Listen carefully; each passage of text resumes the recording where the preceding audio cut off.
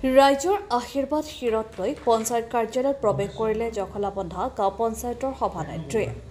কলিয়াবৰ জখলাবন্ধাৰ বিশিষ্ট নাগৰিক জ্যেষ্ঠজনৰ আশীৰ্বাদ লৈ সভানেত্ৰীৰ আসন গ্ৰহণ কৰিলে বৰ্ণালী দাস মুক্তিয়াৰে। আগন্তুক দিনত ৰাইজৰ লগত থাকি ৰাজহুৱা সমস্যাসমূহ সুচাৰুৰূপে সমাধান কৰাৰ পণ নৱনিৰ্বাচিত সভানেত্ৰী বৰ্ণালী দাস মুক্তিয়াৰৰ।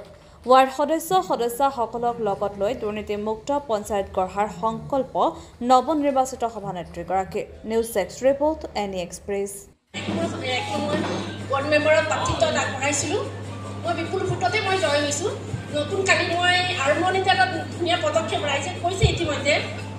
বহুদিনৰ পৰা মই দেখি আছিলোঁ যে কেনেকৈ এইটো মই চাফা কৰিম, কেনেকৈ কি কৰিম, মোৰ এইটো মূৰত ঘূৰি আছিল। কিন্তু মই তেনেকৈ সুবিধা পোৱা নাছিলোঁ। কালি মই এইটো সুবিধা পাইছোঁ। পাই পেলাই দেখোঁ মই পথচাৰীসকলে, আমাৰ লেডিজসকলে দেখোন কাপোৰ দাঙি ইফালে দি যাবোৰ লাজ লাগে। ইফালে যেতিয়া মই যাওঁ নাকেৰে কাপোৰ দি পেলাই যাবোৰ লাজ লাগে যে মই এইটো কেনেকৈ নিকা কৰোঁ বা পৰিষ্কাৰ কৰোঁ।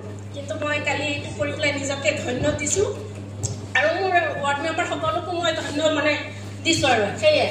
আৰু আগলৈকে মই নতুন সদস্য, মই মোৰ ৱাৰ্ডৰ যিসকল মেম্বাৰ আছে মানুহ, মই তেওঁলোকক সুখী কৰিব নোৱাৰোঁ যে 623জন আছে। মই 623জনক মই সুখী কৰিব নোৱাৰোঁ। মই সকলোকে সকলো দিব নোৱাৰোঁ।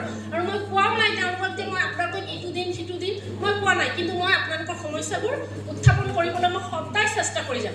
এয়াই মোৰ বক্তব্য। জখলাবন্ধা পঞ্চায়ততো এক আদৰ্শ পঞ্চায়ত। আমাৰ কলিয়াবৰৰ ভিতৰতে এই পঞ্চায়তটো এক উল্লেখযোগ্য পঞ্চায়ত বুলি আমি ভাবিব পাৰোঁ। আৰু প্ৰশাসনৰ দৃষ্টিটো এই পঞ্চায়তটোৰ ওপৰত যথেষ্ট দৃষ্টি থাকে। একেবাৰে তলৰ যিটো প্ৰশাসন সেইটো চলাই নিয়াৰ এটা ব্যৱস্থা। আপোনালোক যিসকলে এই ব্যৱস্থাত নিৰ্বাচিত হৈ আজি কাৰ্যভাৰ গ্ৰহণ কৰিছে, শপত গ্ৰহণ অনুষ্ঠান আগতে হৈ গৈছে। আজি আপোনালোকৰ এই পঞ্চায়তত আজি আপোনালোকৰ নিজৰ নিজৰ দায়িত্বভাৰ গ্ৰহণ কৰিছে। হয়, আজি মই ৰাইজৰ মাজত নিজকে এনেকৈ পাই ধন্য মানিছোঁ আৰু ৰাইজৰ সহায় সহযোগিতাতে আজি এইখিনিলৈ মোক আগবঢ়াই দিছে। গতিকে আমি এটাই আশা ৰাখোঁ যে আমি নিৰ্বাচিত হৈ অহা সকলো ৱাৰ্ড মেম্বাৰৰ লগত সহযোগ হৈ ৰাইজৰ সহযোগিতাত আমি ৰাইজৰ বাবে যিসমূহ কাম আছে সেইসমূহ আমি যাতে সুচাৰুৰূপে পালন কৰি যাব পাৰোঁ তাকে আশা কৰিলোঁ।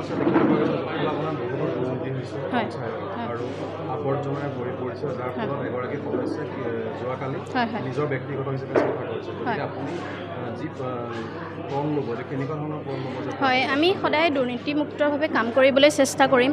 যিহেতু যিসমূহ দুৰ্নীতি হৈ আছে আমি বিচাৰিম যাতে সেইসমূহ বন্ধ কৰা যায় আৰু আমি সকলোৱে মিলি যাতে দুৰ্নীতিমুক্ত পঞ্চায়তৰ কাম কাজসমূহ কৰি পেলাই ৰাইজৰ বাবে আগুৱাই লৈ যাব পাৰোঁ।